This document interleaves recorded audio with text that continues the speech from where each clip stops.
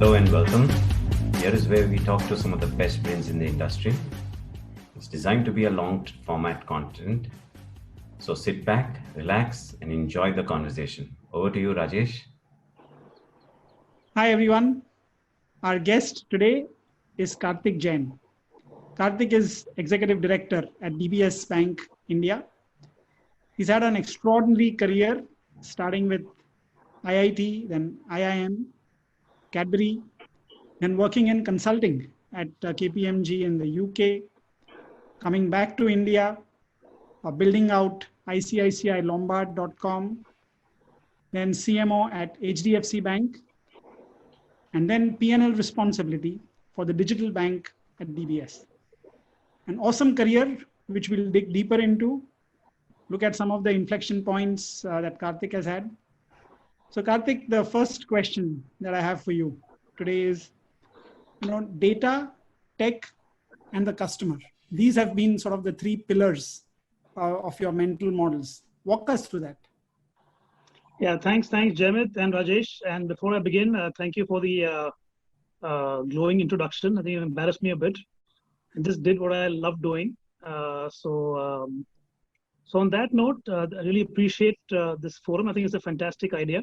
Long form discussions with people in the industry. I don't know if I'm the greatest brain here, but at least, yeah, let's give it a shot. So data, tech, and the customer. Right, the three. So I think fundamentally, I was, a few years back, I was asking myself, what is it that's really excited me through my career? And I went through all the various areas of my work that I've done, and I found and I actually picked out the things I really enjoyed doing. And I found that the cusp of we use data, technology, and to derive value for the customer and create business value. That is something that really excited me. So I think having an engineering background, data and tech comes naturally, right? And having a marketing background, the customer centricity and the customer focus also comes naturally. The three coming together, I think, is quite an interesting combination. As luck would have it, I think even you see the industry dynamics also moving towards that direction, right? Digital and data and tech and so on. So I think, so I love what I do and I do what I love. So in that sense, if you really want to understand, I think if you look at the drivers that are, in the industry and the customer, making this specific combination so critical for all of us, be it whether you're marketers or we are business leaders, doesn't really matter. And I think trends are evident to all of us, right? The increasing penetration of smartphones, falling cost of data, the government being increasingly driving a digital India kind of a mindset, and the India stack, which you're aware of. Plus the entire shift towards digitization, higher customer adoption of digital transactions, thanks to the demon and COVID. So all these come together fundamentally to say, hey, customers are going digital. So is the entire environment. There's an opportunity here. Second trend that's critical, obviously, is that if you look at because customers are digital and there are multiple devices that they're accessing things around them, there clearly is a click stream of data, if you will, big data, right? That's one of data available of what customers are doing. Secondly, storage costs have gone down, right? And the cloud costs, storage in the cloud is far cheaper if you use a commodity commodity hardware as compared to enterprise hardware. And third thing is, cost of compute also has fallen. So you can crunch large amounts of data at real time, at low costs, and also store at low costs. And of course, as you know, that even AI is now 65 years old, and it's come to a point where the algorithms can really crunch this data to give the right kind of output, right? So these trends coming together kind of build a scenario which we've never seen before, right? And all of you are familiar with this. So and then if you add this to say, hey, okay, here are the trends, but fundamentally for a business, ultimately businesses are here to meet customer requirements. So how well can every business look at the digital or technology context in which they operate in? Look at what kinds of data is available or what the customer does with you, and bring that together to be able to solve customer problems and create solutions or journeys or business models that then create value for everybody. So that, in a way, is if I were to describe the context of this piece, that's how I would see it. I think one of the themes that you've also talked in the past is about customer lifetime value. So you're using all of this data to also get a forward-looking idea on what is the value of a customer. So you can actually do one-to-one targeting, one-to-one marketing. And I think one of the themes that you've also sort of worked on is, along with CLV, how do you calculate profitability per customer? The first time when I spoke to you, I think that's what I was very impressed by. So talk us through that. How do you do that? How do you apply CLV? How do you get to a unit profitability for an individual customer? So I think we should step back a bit and look at before I answer that question, let me give you the context of why that's an important element to look at, right? Fundamentally, if you're building a business, it's important to understand the unit economics of your proposition or the product that you're offering, right? So if you're able to make positive net contribution margin at a customer level, and then it's a question of how you then scale and acquire more customers to cover your fixed costs, right?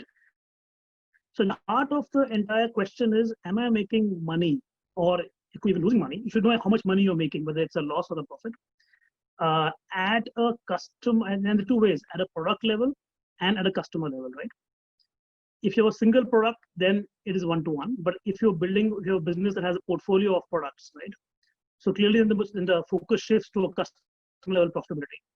And that's the question. So are you acquiring customers and offering them solutions that make you money, whether at a product level, if you're a single product company, or eventually at a customer level, if you're multi-product, is a moot question to ask.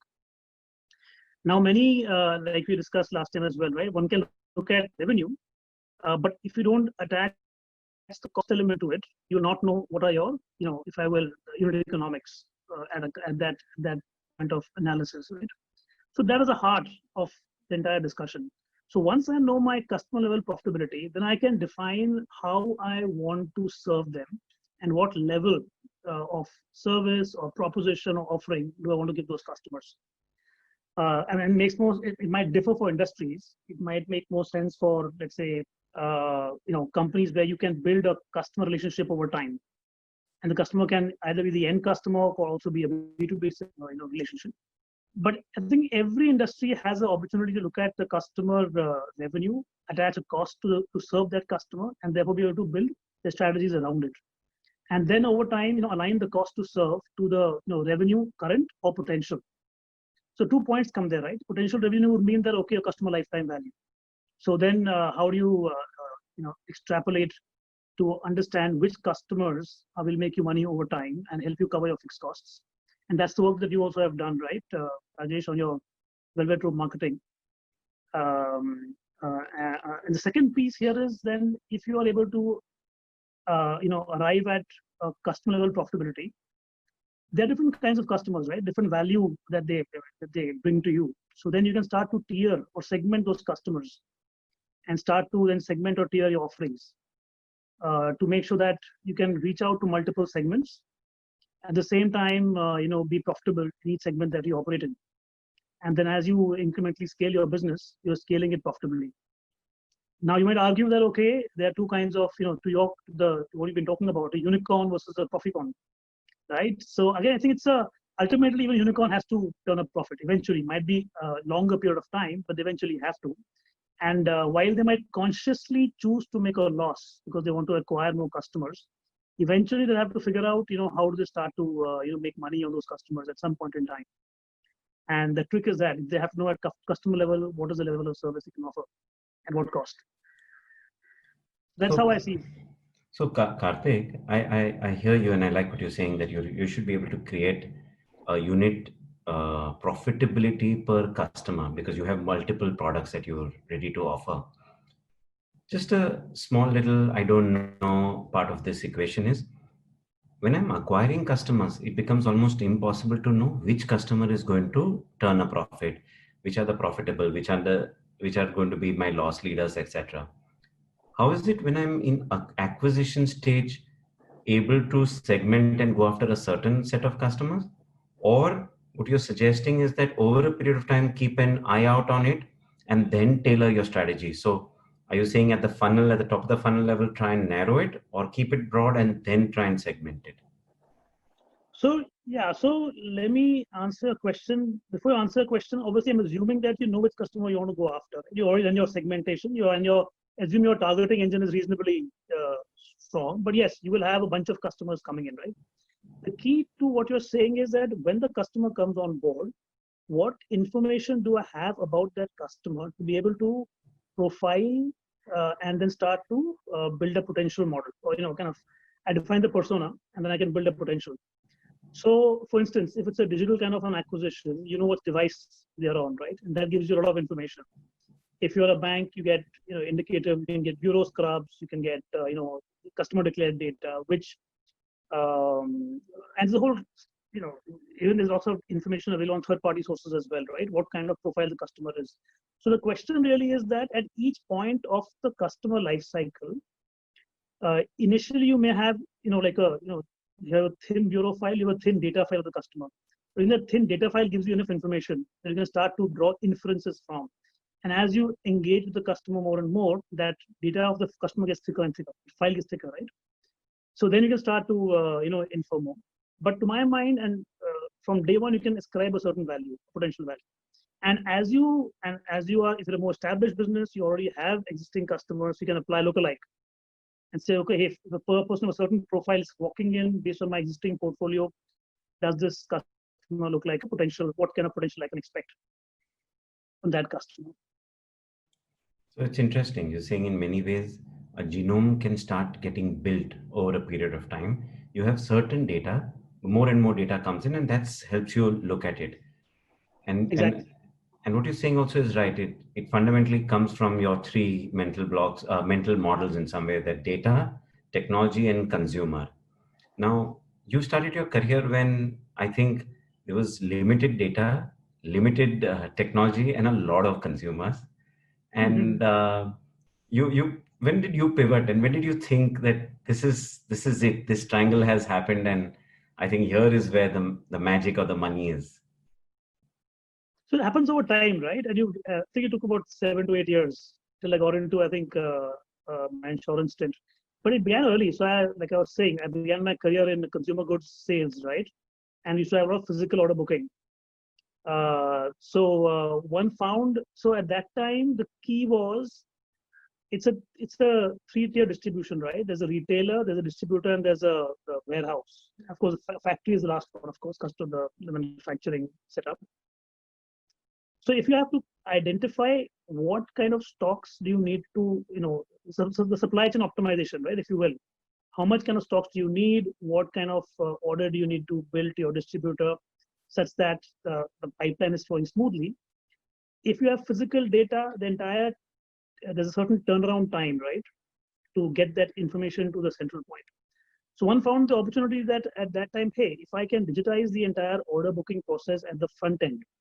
So when my distributor goes to the retail outlet to book the orders, at that time there were no tablets, or smart mobile phones. But at the end of the day, the person could punch in the orders in the back in the office, and that could flow to our ERP in real time, right? And they could plan out what's the booking happening on a daily basis by location, by SKU, and get that view, and start to build out. And before even the month, at any point in the month, you would know exactly what is the demand pipeline like, right?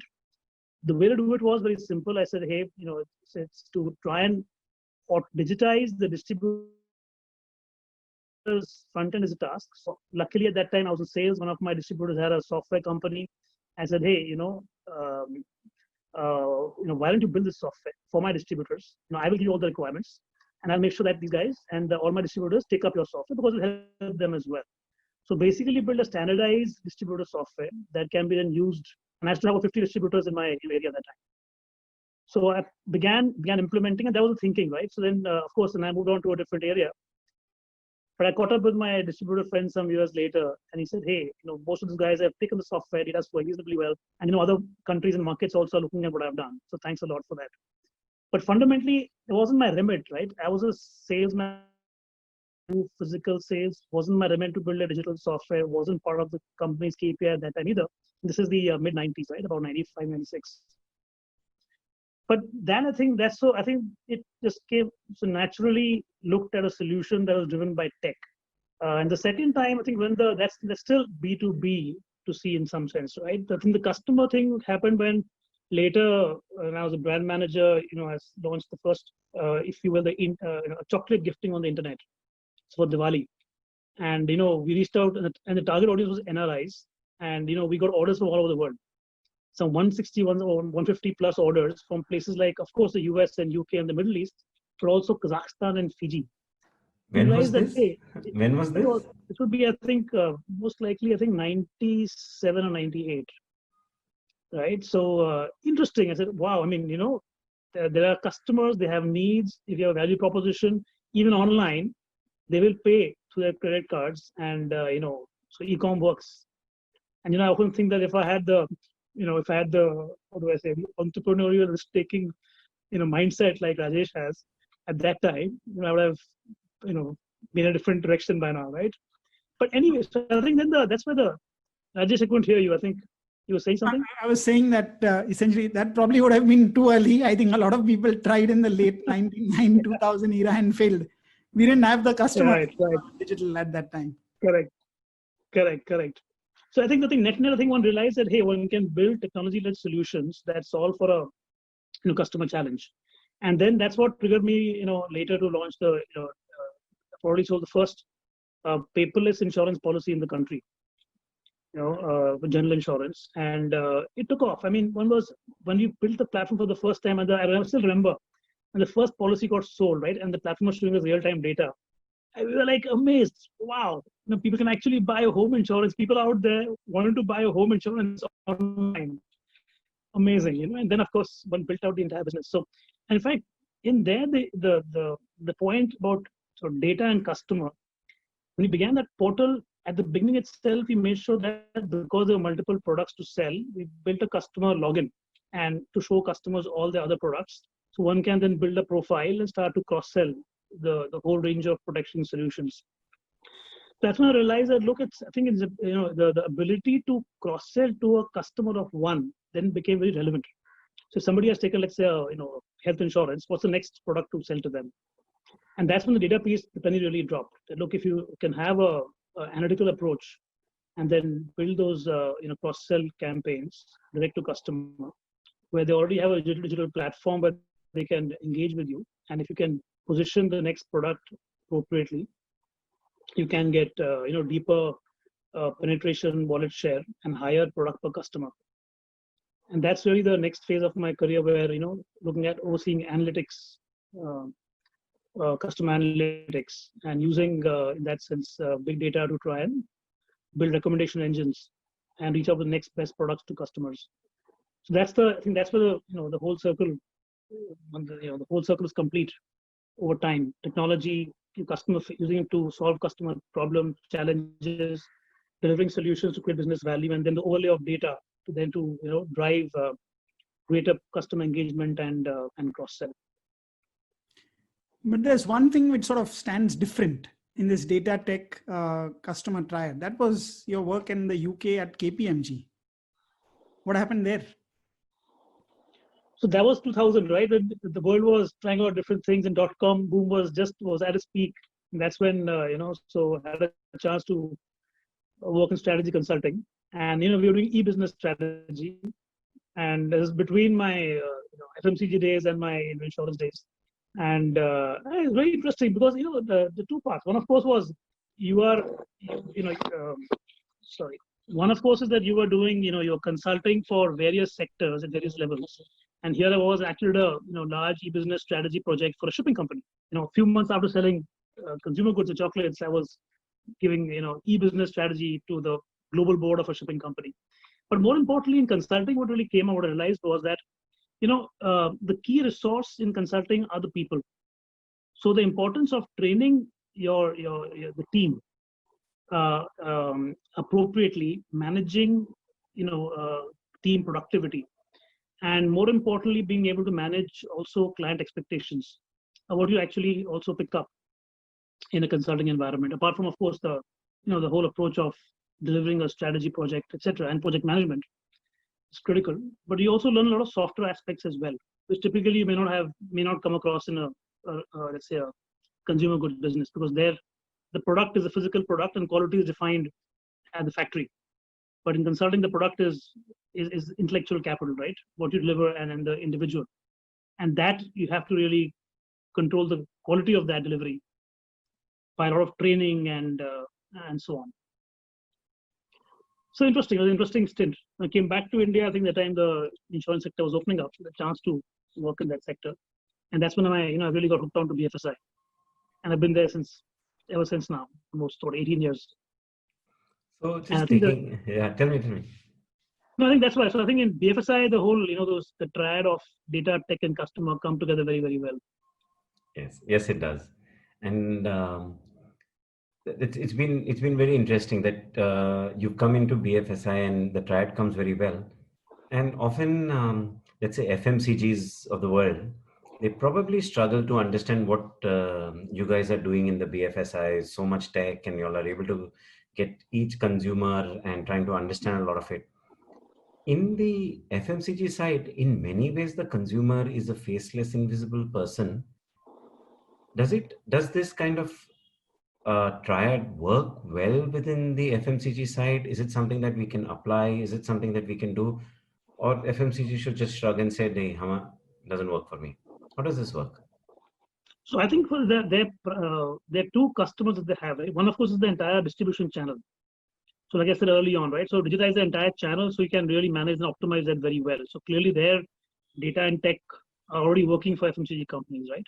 The second is that if you see what the customer is doing, right? The customers are buying your products through, certainly physical stores, but they're also buying them through the online stores, and that's increasing as well. So how are FMCG companies either building on their own online properties so that they can get to know the customers better, whether it's their own portals, social media, etc., or how are they partnering with other online players or online retailers where customers are shopping, and then can you deliver better solutions to your customers?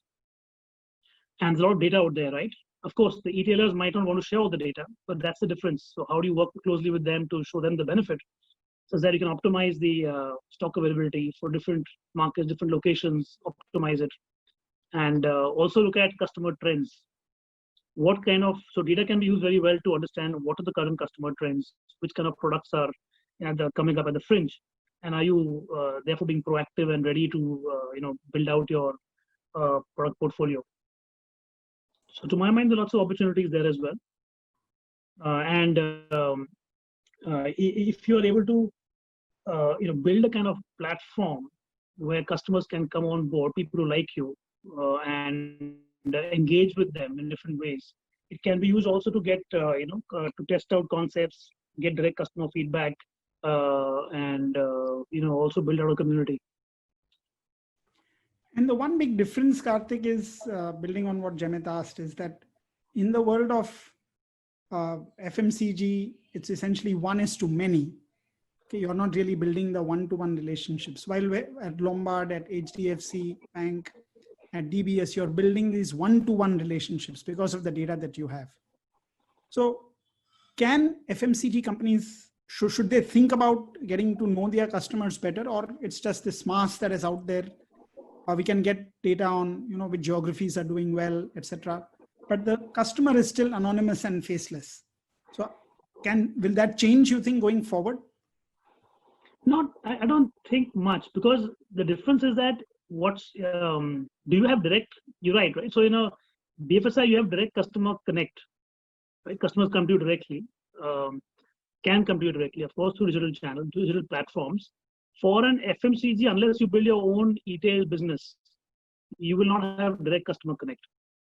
So I'm not too sure if they will, ever get the kind of scale of direct customer data that is possible in telcos or in retailers or in banking or BFSI, right? So it will be a bit different. They'll have to work more closely with the channels that they currently, the digital channels or the physical channels. Work more closely with them and see how they can enable through tech and data to better optimize the product mix and the distribution mix and the distribution chain. I had a question on So your. you have examples. So you have examples of FMCG companies doing various interventions or engagements where they used digital elements like Coke vending machines in the US, etc. But it'll be a small percentage. It'll never be a large. It can't be the core part of your business, right? So that's the difference really. But yes, if you can build out that distribution channel where you have a direct customer connect, then likely you could have that direct customer contact as well. So, example, Big Basket is an retailer who we work with. We have a co-brand. DBS is a co-brand partnership with them. They launched BB Instant, right? So they're launching. They've got through the app. You've got the vending machines at different societies and offices. And as customers, and they're testing that out right now. Right? And kind of customers. So if you have a direct vending channel, and customers are purchasing through an app, for example, you know exactly which customer is coming in, taking what transactions. You have direct customer data. So that's the key. Do you have a direct channel or not?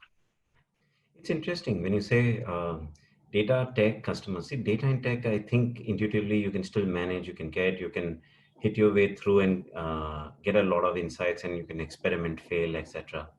When it comes to customers, it's a very interesting thing. How do you actually understand what the consumer really wants? Customer mindsets are changing, consumers are changing, and in this era, when you're looking at a body of customers, probably research and etc. would work. But when you're looking at each individual customer, it becomes very, very difficult to understand and work with it and get an insight. How would you go about advising getting consumer insight into what he really wants in this environment?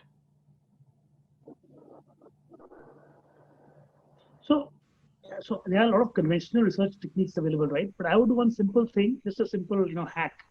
Any business manager, right, from the lowest till the CEO, must directly talk to the customers. Pick up the phone, talk to customers, and get direct feedback, and talk to as many customers as you can. And of course, if you also have, if you have a direct, your sales force or your distributors or your channel which also talks to customers, talk to them as well. Nothing beats, I think, first-hand information to catch the early trends and pick up the nuances and insights. Otherwise, you might not pick up the conventional structured approaches to get customer feedback. So that's a simple insight I've seen over the years. Counterintuitive, but just I tell my entire team, look, every week pick up the phone, talk to customers. And then what happens is then they directly know what the customer is saying, and then they can own the product better. I said, look, if you can sell as a product manager, you can sell a product to that customer you've spoken to or whoever. That's the day where you can then, you can build this business. Because you directly understood what the customer's response is, you directly understood whether the pitch that you're sending out really works or not. Because you sold directly to the customer, right? Or at least convinced them and argued with them. So therefore, the communication that goes out, the brief you give to the marketing teams, the brief you give to the creative teams will be that much more practical and grounded and that much more effective. So Kartik, give an example. I mean, in terms of your work, when have these conversations sort of changed your mind? I'm sure you've been also chatting during these current times or even earlier. So because you get these signals. The big challenge is always how do you sort of put them together? How do you distill the individual data points, separate the noise, and create the signal which then influences business decisions going forward, as opposed to, say, a market survey, which will get you a lot of structured data. Here, this is all unstructured data. So you're collecting all of this. What happened? How do you sort of take that and then make decisions going forward? So of course also is a science, right? But I'll give you an example. So with DBS right now, so the interest rates are falling. Right? So interest rates, people when they would put money into a fixed deposit, they expected higher interest rates, those rates are falling, right? So you don't get as higher rate as possible. So, and we found that if you look at the sales curve of fixed deposits, in the rates when you're offering higher rates, say the deposits go up, as the rates fall, they start to go down. People start to look out for whichever is a higher rate. So some bank might give you a higher rate, so people start to put money there. So two elements there. One, of course, is the safety of the deposit, which you of course dial up. But again, talking to customers and say, look, what is the reason why you open a fixed deposit? What is the how do you look at your personal finance? And one thing picked up in this conversation, I also spoke to RMs. And one thing you picked up was that, look, and you spoke to financial advisors and so on, and you realize that in the one element that everybody recommends to a customer is that you have to have an emergency fund, or what we call a contingency fund, right? That's the first thing you do. So of course you take insurance to cover your basic liabilities and risks, but you fundamentally keep money aside for a rainy day. Right? And that's about 3 to 6 months of your expenses. So we said, hey, if a fixed deposit is an assured return element, and we're the safest bank in Asia, why don't you set up your contingency fund with us? So so interest rates no longer have a strong proposition. So we're one of the first in the industry to actually, well, it's a sort of new theme, but nobody has really till recently, nobody has really started to push that as a core positioning proposition for fixed deposits. So the last 3 months, we've been doing that in a very focused way, reaching out to customers and saying, like, do you have a contingency fund? If not, open with Digibank with DBS. It is you can redeem it instantly. It is the safest bank in Asia, so your money is safe, rest assured, and you get a fixed return. And just keep building it up till you have at least 6 months of your expenses. And in these times, that's more important. People realize that. So in a way, the idea comes in through discussions, and you look at various data points, and you connect the dots.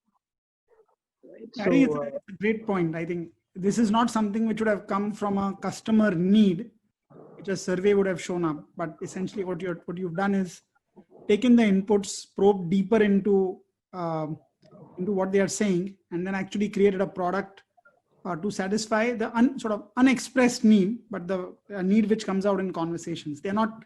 It's like a job to be done. What is the job customers want done? It is having a contingency emergency fund, and you have the product which basically. Yeah, in fact, here most customers don't even think that way.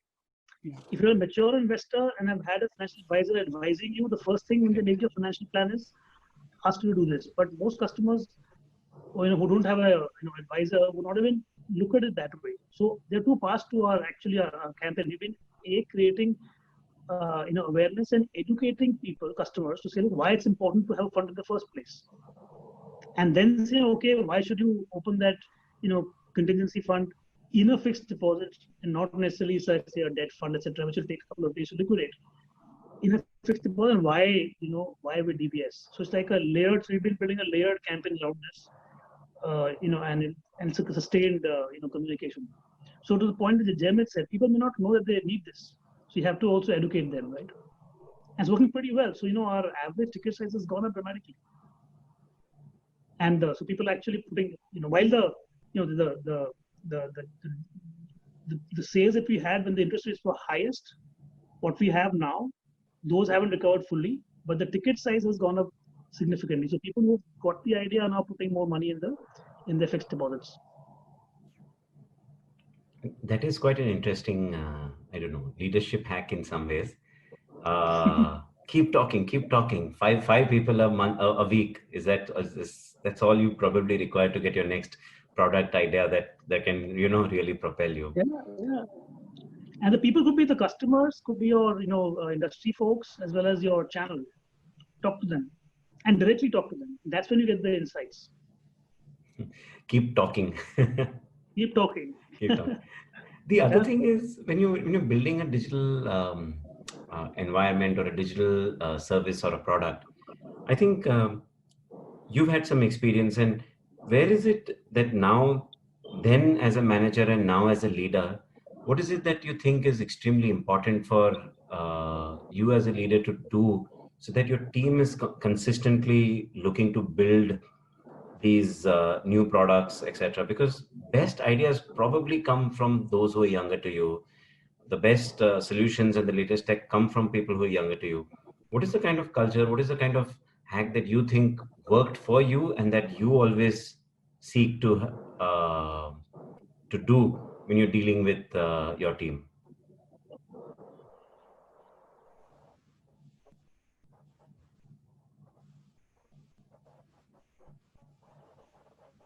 So, so one thing that's worked for me at least. I've last some months now.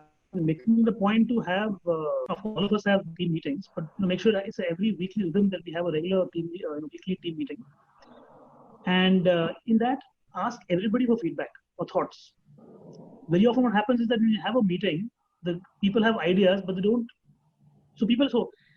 People sometimes feel insecure, right? So the key thing is that how to create a secure environment where people can talk and share their thoughts and ideas. That to me is the, of course, when you encourage innovation, you encourage, discussion and debate. But that's the key. How do you create an environment that people are able to share their thoughts and ideas without, feeling insecure about it? And then, of course, as a leader, you have to be able to, in the discussion, make sure that if you're brainstorming and somebody has an idea, don't shoot it down. Because somebody may have a thought. Very often in meetings, somebody else might say, but they'll say, but XYZ, it won't work. But I flip it. So I said, no, can we think in a positive way? That to make it work, what do you have to do?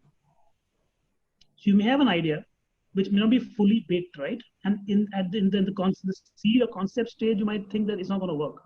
Reverse the question. That how do you make it work? And then when you ask that question, the conversation changes. That look, to make it work, you have to either modify it, tweak it, build on it, right? And that's how then you can create the concept in a larger way. Does that answer your question? So I've seen that kind of works. So and the other part, therefore, I keep encouraging my team is always talk in a positive way.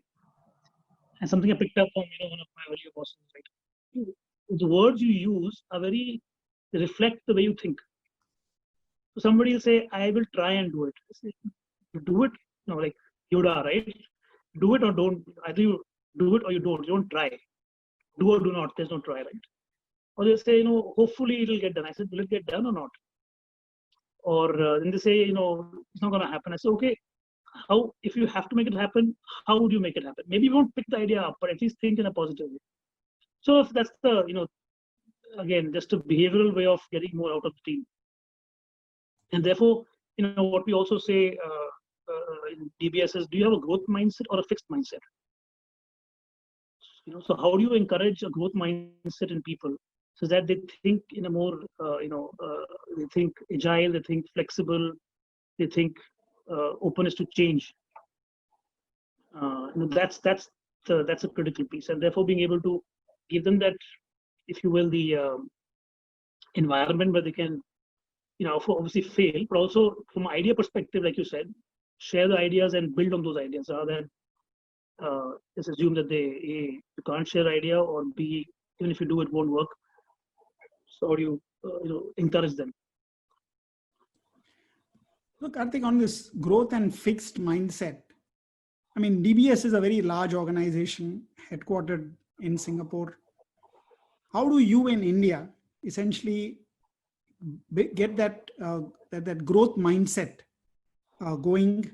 You of course have P&L responsibility, and I also want to ask you later on, how has that been, because you've handled P&L at at ICICI Lombard and now at DBS. But before that, how do you change the fixed mindset into a growth mindset? What is the transition? Because not many companies essentially tend to stay.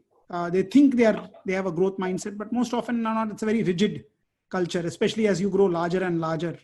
The hierarchies come in, the bureaucracy comes in, decision making slows. So how do you get that agility in large organizations? So again, all organizations will have training programs and they'll have all the internal programs to make it happen. But fundamentally, the way I see it It is how you change the story in your head or the narrative in your head. All of us, when we see something out, any external stimuli or external event, our mind starts to talk in a certain way to ourselves. So if you fundamentally start to find ways to change the narrative in your head, is when you start to change the mindset. And there's a very simple analogy, right? I mean, which if anybody who's spiritually minded would kind of have picked it up.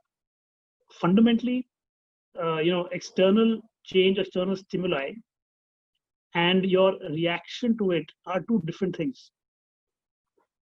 And very often, we assume that our response or reaction or the way we interpret an external event or stimuli is the reality. So we mistake our thinking for reality, right? But the key, therefore, is that moment you realize that, and that's when you become, so as you get more self-aware, or as through training programs, they encourage you to change the thinking in your head and know that you can look at a particular event in multiple ways. And as those multiple ways can be either be negative interpretations, is it a flight interpretation, or is it, let's say, opportunistic or a more positive interpretation? So that is a key, right? How do you look at an event that's happening outside you in a more objective to positive approach rather than a negative defensive approach? And that's the key. So whatever you do, you have to change that thinking or the mindset. And very often the way people speak or communicate, you will get to know what the mindset is and the behaviors, right? So then you start to change the language, change the behavior, and start to change the beliefs to change that mindset. But fundamentally, it is this: the narrative in your head has to change, and that's doable. And great point. I also then wanted to get a little deeper on you've always seen yourself as a sort of entrepreneur, but working in large organizations and handling intrapreneur, absolutely. I think at ICICI Lombard you handled P&L. I think many people shy away from really taking on P&L responsibility.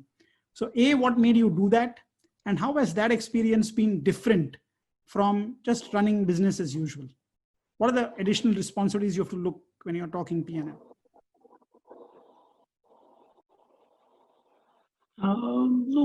So at the heart of it, obviously, the question is how do you create value, right? But to get there, you have to look at multiple elements of the problem. So I think that to me is the essence. The difference really is that how are you looking at the problem from different aspects, angles, elements, and then ultimately trying to figure out how do you create value, because it's across the entire chain, right? In terms of who's a target customer you want to go after, what's the proposition, what is the economics of it, how do you scale, how do you drive the teams, but which every function would be having it, but net you have to create value for the organization, for the stakeholders, for the customer. So that is fundamentally what is the essence of what you're trying to do when you're running a P&L. So I'm answering your questions in a more the sense of the way I see it, right, and not the functional technical elements of P&L everybody knows. But I'm trying to figure out, I'm trying to get to the way I think and look at the essence of it. That's what we want, Kartik's brain. Right. I don't know if I'm a hippo, but yeah. So that to me is so in a way then you are then trying to solve for a business challenge, and then trying to get scale in a way that you're building a positive business dynamics. So again, solve for challenges, solve for problems, and that's what really I think excites me and drives me. So then the canvas is a bit wider if looking at the P&L. You're looking at all aspects. You're looking at the customer, the data, technology, the marketing, the analytics, you deliver the proposition, the processes, and so on. So it's more multifaceted that way, and therefore it tickles your brain more, if you will, and it's more challenging. And like right, we want to figure out what's the next problem to solve. And that's what keeps you going. True that, Kartik. And yes, I do appreciate that some amount of spirituality is probably required in day-to-day business and day-to-day life. Right. I wanted to ask you another little off question. When you're dealing, I've dealt with you. You're a very patient man, and you have your thoughts and strategies, etc. But I don't think everybody does get them at all points of time. And when you're dealing with people, this sometimes is a frustrating thing that you come across, or something that irritates you. Is there something that one thing that you like to say, okay, why the hell do people don't get this, or what is it that irks you? I'm just trying to get into a peek into the little not so positive side. So one of course is that when you try to communicate something, people don't get it, then you kind of get a bit frustrated sometimes. But then of course you realize that it's all about communication. So you re-communicate the same thing in a more patient manner, and sometimes obviously maybe you are not clearly articulating it.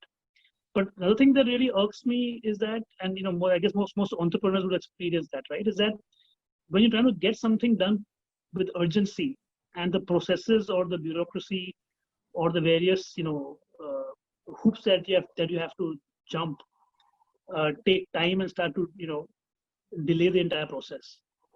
When you really want to get something out very, very quickly, and you can see how to get it done, but the process itself takes time, and that kind of you have to deal with that patiently, because also the process also is important, right? But how do you really fast track that? That's the challenge very often. Yeah, it is tough to get an elephant to move or a hippo to dance. But on the other side, I think so many times in a professional's career, there are very small things that get done that one is very proud of. And one says, ki, yaar, ye kiya, and now I'm very happy because this thing got done. And these small things will probably never win an award, will never get you a bonus, will never get you a promotion. Anything that was small and significant that you're extremely proud of, and probably didn't get the recognition it deserved. No, I think if you're talking of things you've done, no, what I would say is that things that you do in the business anyway, they show results ultimately. But I think the key thing that at a personal level that I really want to talk about is this whole thing of thinking in a positive way. So I think that shift happened, about to me about almost, I would say, 15, 20 years ago. That to me was a fundamental shift. The point I mentioned, right? How do you think when the environment around you is changing? That to me was really something that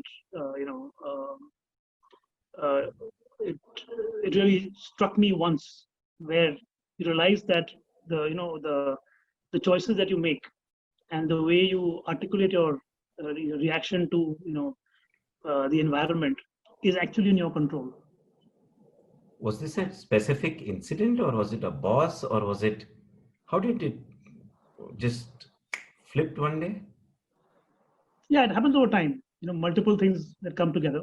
So I can't pick my mind on specific thing, but you experience things, you listen to people, you hear things that are happening. At some point, you internalize it, and so on.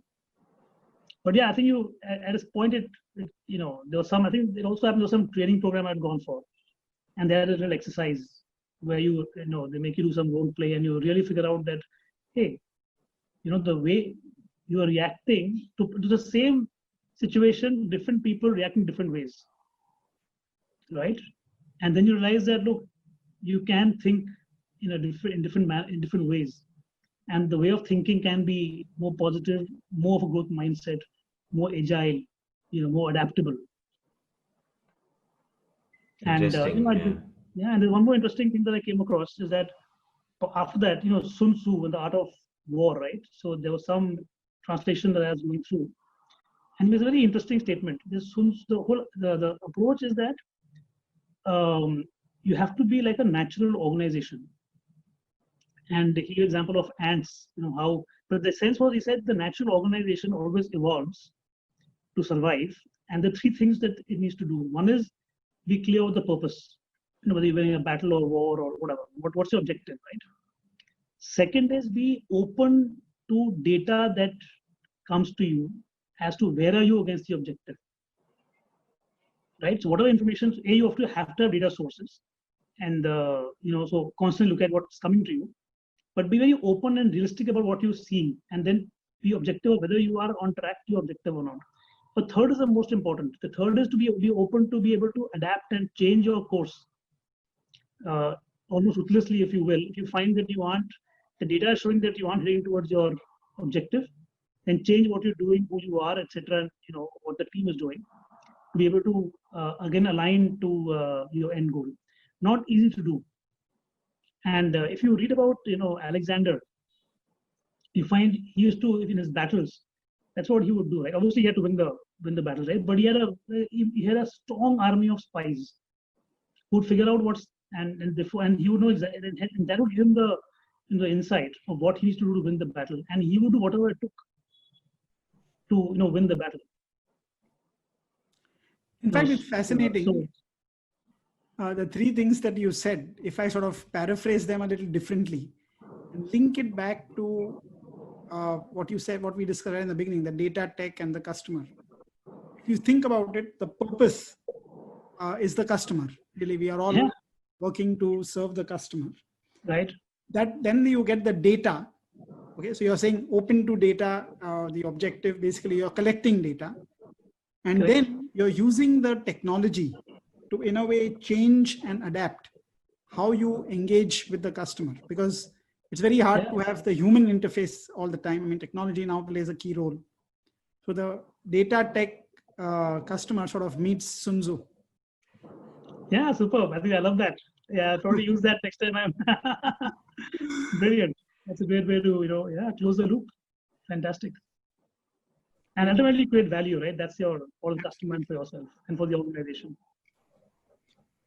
Yeah. One to change track a little bit, one sort of thing which a lot of people talk about, and you've been at the front end at two of perhaps the best organizations in India and Singapore-based organization. This whole sort of interplay between banks and this emerging world of fintech. The big question is always, are they going to cooperate? Are they going to compete? Is it going to be co-opetition? What does the stack look like going forward? So what are your views on that? I mean, you've been at the front end, you're at cutting edge of technology in both at HDFC Bank and at DBS. So how does this play out? How does this interplay between, because in fintech, there are a lot of startups which are happening, a lot of money being raised. And then there are the banks. So if you step back a bit, ultimately, both, whether it's fintechs or it's banks, you're trying to meet your customers' requirements as to the best of your ability and better than the others, right? And creating value for the business. So whether it's you as a bank or as a fintech, the end objective is same. Now the question is, how do you go about doing it? Now most fintechs have found segments or pockets of opportunity that banks in the past may have probably ignored for various reasons, and therefore fintechs also are helping identify new segments or identifying new ways to reach those customers and also expand the market. So I think for banks, it's saying that are you evolving quickly enough to stay competitive and learning from new entrants and new technologies, and then therefore in that process there could be scenarios where you do compete with the fintechs, but you might also collaborate with them to do because as a bank you may have certain regulatory advantages or certain capital that the fintechs might and work with. So if you can create joint propositions that help both, so why not? It could be co-brand solutions, could be co-lending or whatever. So I think both work. But the other part is that if you flip the fintech, the tech fins. So I think the tech fins are the ones where banks are also working quite closely with, who are enabling the banks to start to get digitized and become more technologically enabled faster. And therefore, the question to my mind, the banks, which are since I've been in the BFSI space and in the digital space, so to speak, is that are you a bank using technology to deliver financial services, or are you a technology company that's distributing, fundamentally your financial services? So are you a financial company using technology, or are you a technology company delivering financial services? And I think the way the environment is moving most, and DBS has made that shift quite early on, but most banks will realize that they have to be a technology company, because that's the way the sector is moving, to be able to deliver your financial services in a seamless manner and create those solutions for customers who are also so digitally enabled. So to answer your question, I mean, it's an ecosystem, right, which you're operating in, and how you leverage each other, how do you leverage that is the question.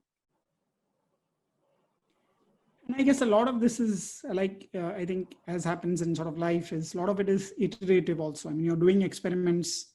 I think it's a point you've made earlier also to me, that the whole point idea is that, you try out things. You do, it's an iterative process of try out an experiment, see if it works, and if it works, do more, otherwise change track. I think that's one of the philosophies that I think you've sort of worked on, right? Right.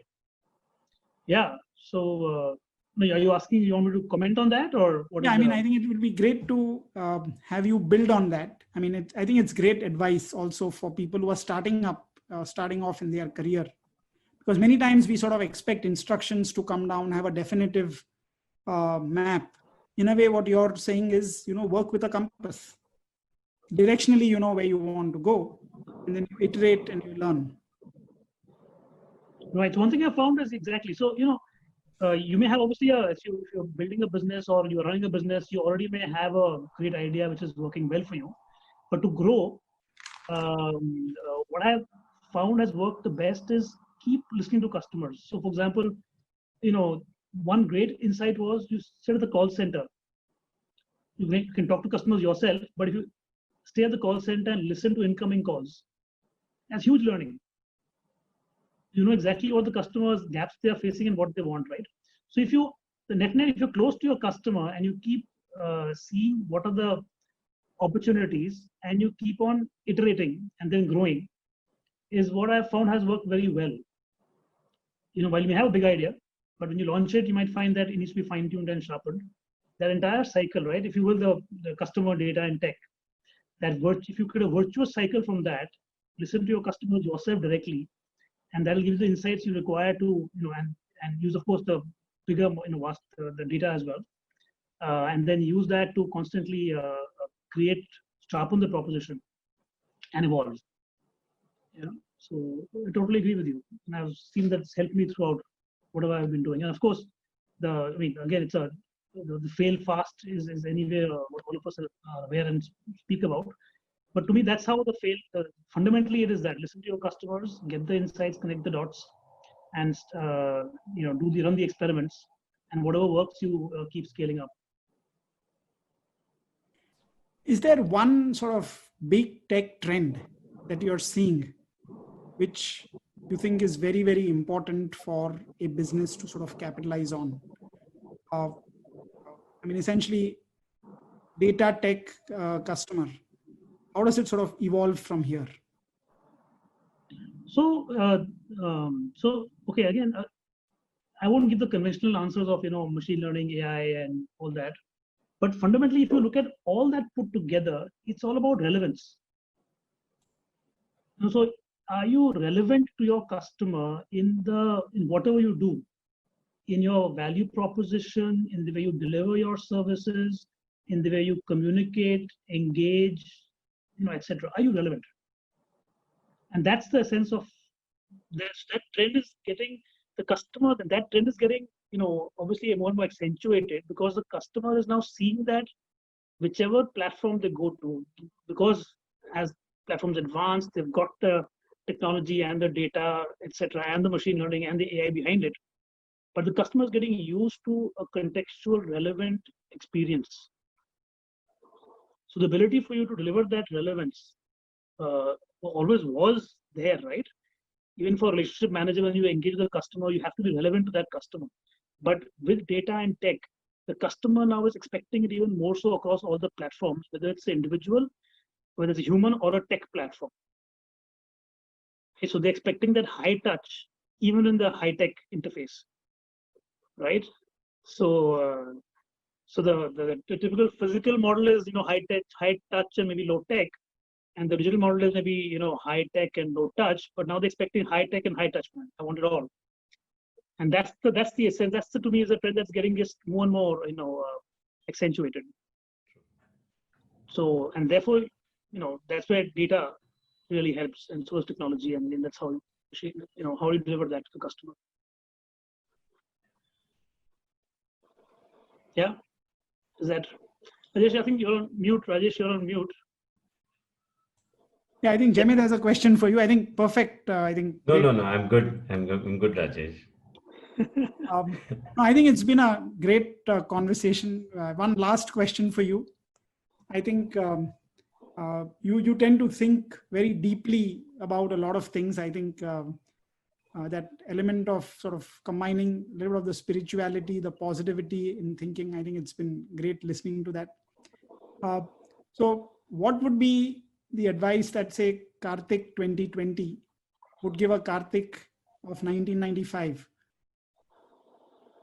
I mean, you've 25 years of wisdom. How do you sort of encapsulate it? Not a commencement speech, but maybe at least a little more than an elevator pitch. No,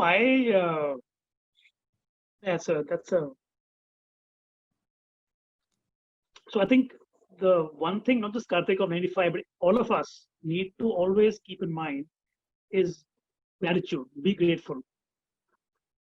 Right? That is the, whatever you're doing, always be grateful for, again, it's you have heard that, right? Have an attitude of gratitude. That's the essence of it. Be grateful.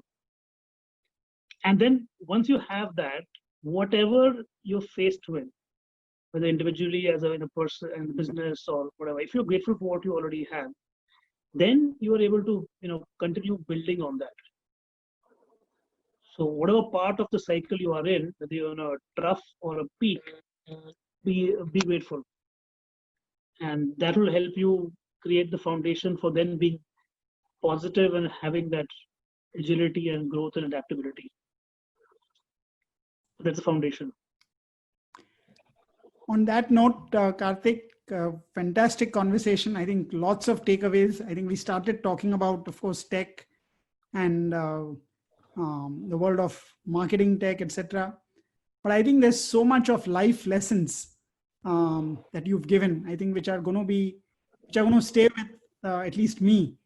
And I think the one key point which you said, I think about that customer's voice, listening to the customer. I think if there's one takeaway that everyone should do, I think whichever position you are in, talk to at least one customer a day. I think those minutes will be well worth spent. I think, and that's how sort of the new ideas, etc., come, as you so aptly described. Thanks a lot, and I'll have Jamit have the last word.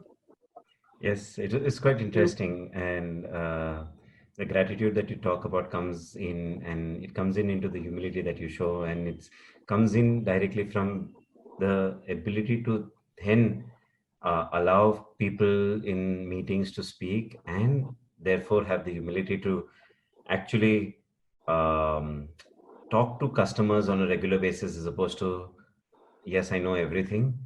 And in addition to that, one of the biggest lessons I learned is that a corporate training program can actually change someone somewhere in his life, which I think is the most interesting thing I've ever heard in my life. Correct. Probably should pay attention to a few more when I go. Right. No, thanks a lot. I mean, you have very kind words. Thank you for that. And I mean, it's been great interacting with both of you. And of course, we go back a long way, and we've known each other for other contexts as well. It's been fantastic. It's great having a chat with both of you. And I haven't said that, but also admire the stuff that both of you are doing. So maybe someday I'll have a chance to interview you guys and get deeper into. Maybe Jamit, you should interview Rajesh, right? Someday. Actually, we should do that. One day just At the Rajesh. end.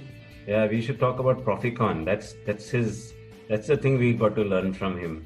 The ability to Right. build a business profitably and with value, and keeping ethics at the core of it. I think it's a pretty interesting one. So that's something that we'll do for another day. Thanks a lot, Kartik. Great. Thank you so much. Thank you. Have Thank a you very much, great Kartik. day, great weekend. Stay safe.